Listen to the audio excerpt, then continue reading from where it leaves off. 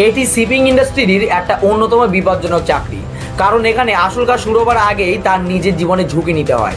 বেশিরভাগ মানুষ মনে করেন যে যখন কোনো বিশাল কার্গো জাহাজ বন্দরে পৌঁছায় তখন সেটি পাইলট নিয়ন্ত্রণ করে, কিন্তু আসল সত্যটা সম্পূর্ণ আলাদা।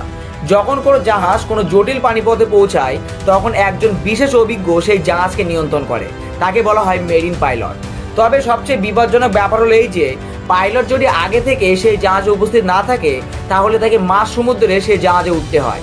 বিশাল এই কার্গো জাহাজটি যখন ধীর গতিতে চলতে শুরু করে তখন একটি ছোট্ট পাইলট বোট তার কাছে আসে।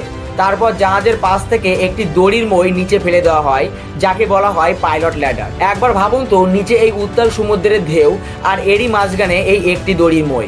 একটি ছোট্ট ভুল মানে পাইলট সরাসরি সমুদ্রে পড়ে যেতে পারে। কিন্তু মুশকিল এখানেই শেষ নয়। মই ধরার পর প্রবল বাতাস এবং সমুদ্রের পানি ঝাপটার পর পাইলট যখন অবশেষে সেই আপনি কি জানেন যে ক্রিকেট ম্যাচ শেষ হয়ে যাওয়ার পরে এই ব্যবহৃত বলগুলোকে দিয়ে কি করা হয়? তাহলে দেখুন, ক্রিকেট ম্যাচে মূলত তিনটি ব্র্যান্ডের বলকে ব্যবহার করা হয়, এসজি, ডিউকস আর কুকুবারা।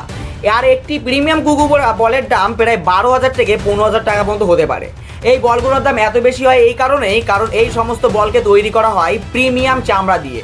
আর এই সমস্ত বলকে কোনো মেশিন দিয়ে সেলাই করা হয় না, বরঞ্চ নিখুঁতভাবে হাত দিয়ে সেলাই করা হয়। কিন্তু প্রশ্ন হলো, ম্যাচ শেষ হয়ে যাওয়ার পরে এই বলগুলোকে দিয়ে কি করা হয়? যদি কোনো বলার ম্যাচের শেষে পরস্পর 5টা উইকেট নেয় তবে এই বলটিকে তাকে অ্যাজ আ টপ হিসেবে দিয়ে দেওয়া হয়।